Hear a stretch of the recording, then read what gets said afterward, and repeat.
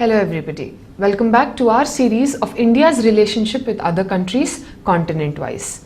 In this series, we will today look at one of the closest neighborhood countries of India and one of the oldest countries of South Asian continent, Nepal. In this video, we will discuss about the recent border dispute that is making headlines. One interesting fact about Nepal is that it is one of those countries which was never under foreign invasion. It is one of those countries which does not celebrate Independence Day. Before moving on to the relationship between India and Nepal and the recent border dispute between both these countries, let us first look at the map of Nepal and its geographical location. Kathmandu is the capital of Nepal.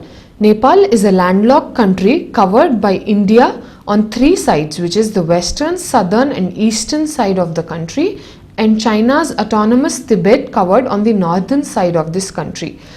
Looking at the states that border Nepal, on the westernmost side of it comes the Uttarakhand. On the southern side cover Uttar Pradesh, Bihar, and the eastern side takes Sikkim and West Bengal.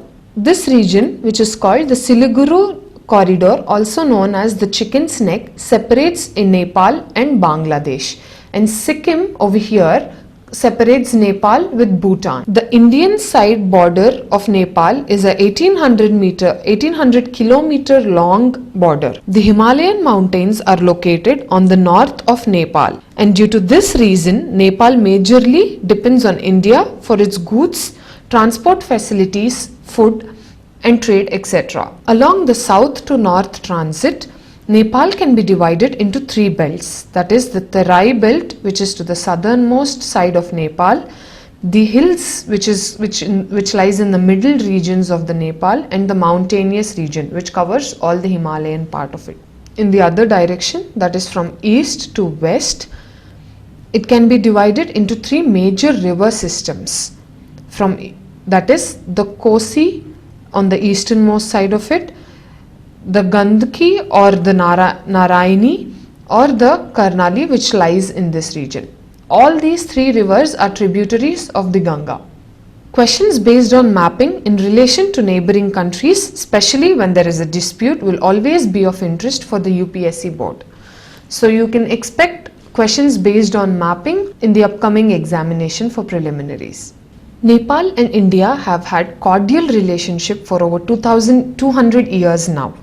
But post-independence, Peace and Friendship Treaty was one of the first treaties that was signed by the last Rana Prime Minister, and under this treaty, Nepali citizens can enjoy national treatment and Nepali businesses can have unhindered rights of trade, transit and movement in India.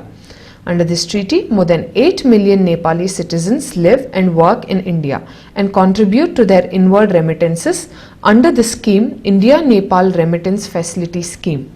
This treaty holds a close strategic relationship between both these countries. Nepal is the youngest country to have drafted its constitution in the 21st century.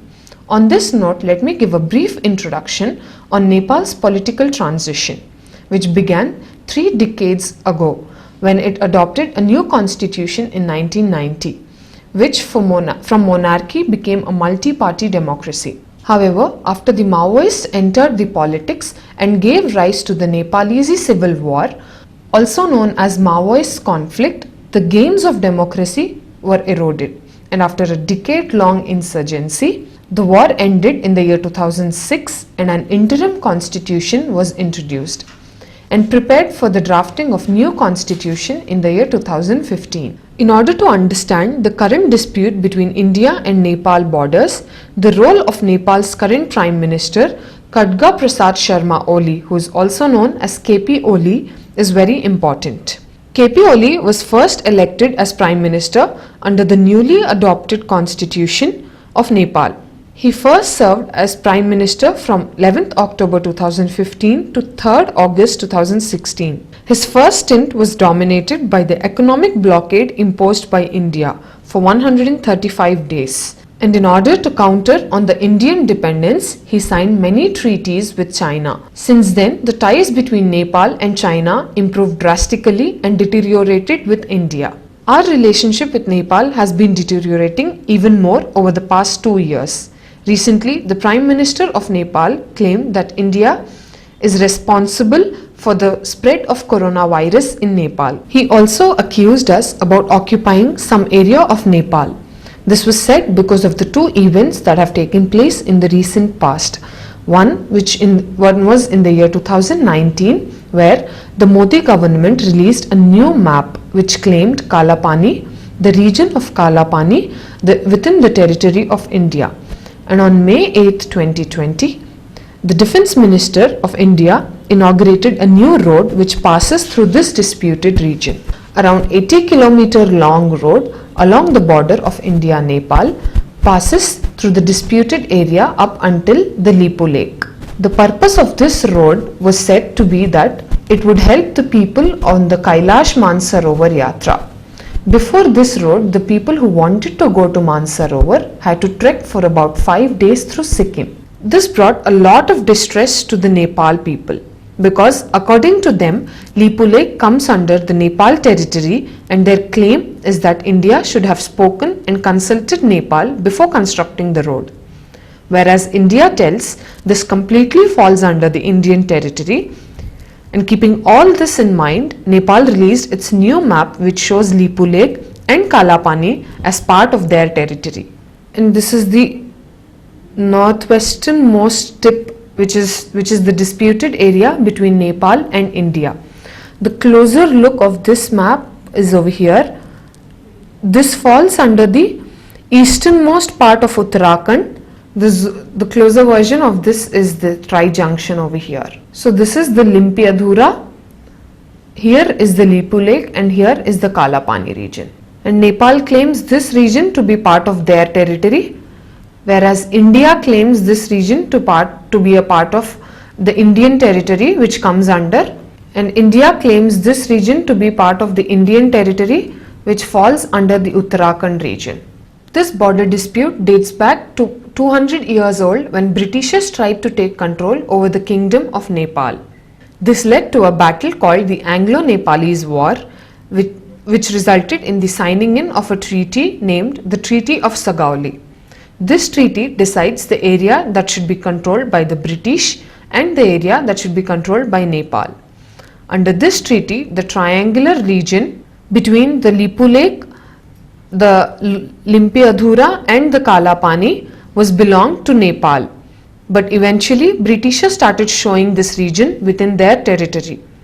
Both these countries, that is India and Nepal, have been showing Kala Pani and Lipu Lake region in the maps since 1960s, but today Nepal claims the complete region and drafted its new map. What do you think would be the reason for Nepal to take such a drastic step and change its map? And this was also passed by the parliament in Nepal. The main reason would be because of the varying interpretation of the origin of the rivers and its various tributaries that slice through the mountains. While Nepal claims the territory of east of Kali is based on the Limpiadhura origin, that lies somewhere over here, but India says that the river actually takes the name Kali from the Kala Pani region, which is over here. Do you think China is playing a major role in this dispute between India and Nepal? Maybe not, because this dispute, the border dispute between India and Nepal, have been happening over the past 200 years, and lately for the past 3 years this kept occurring due to the statements that were released by Indian government at one point of time and the Nepalese government right now. But looking at the growing relationship between China and Nepal, China must have acted as a strong backup for Nepal to take such a stand. However, India's Chief of Army Staff also mentioned that Nepal may be bringing up this issue at the behest of their third party, alluding China. This could be right or wrong, but looking at the way China's political influence grows in Nepal, and also Prime Minister Oli being not so pro-India, and keeping in mind his stand since the time he was first elected, and his interview to one of the old Hong Kong based media channel in the year 2018, in which he mentions about changing the peace and friendship treaty with India and reconsidering about the Gorkha regiment that gets trained under the Indian Army, and few of the transit trade treaties that were signed with with China and construction of highways with China and improving their air connectivity. All these speak of the growing ties between the two countries, that is China and Nepal. And it also speaks about the threat for India from the closest neighboring country with which India has few of its strongest ties. Despite having the most favorable geographical locations bordering with 6 Indian states, we failed in having a good relationship with Nepal. We could have taken this as an advantage and constructed many roadways and railways and improved our ties with Nepal in the most strongest way possible compared to any other neighboring country. But China, despite having the mountains as bordering between both these countries, have taken it and improved their airways between Nepal and China, resulting in a stronger relationship and a relationship more inclined towards the pro-Chinese. To conclude this issue, I would say we have had a complicated relationship with Nepal. In general, any neighboring country has a complicated relationship, especially when given the large differences in their economic and geographical size. So it is now time for India to lower down its tempo and start a dialogue with Nepal and rebuild its relationship with our neighboring country and make it one of the most strongest neighboring countries in the world. This was a small briefing about the recent border dispute between India and Nepal.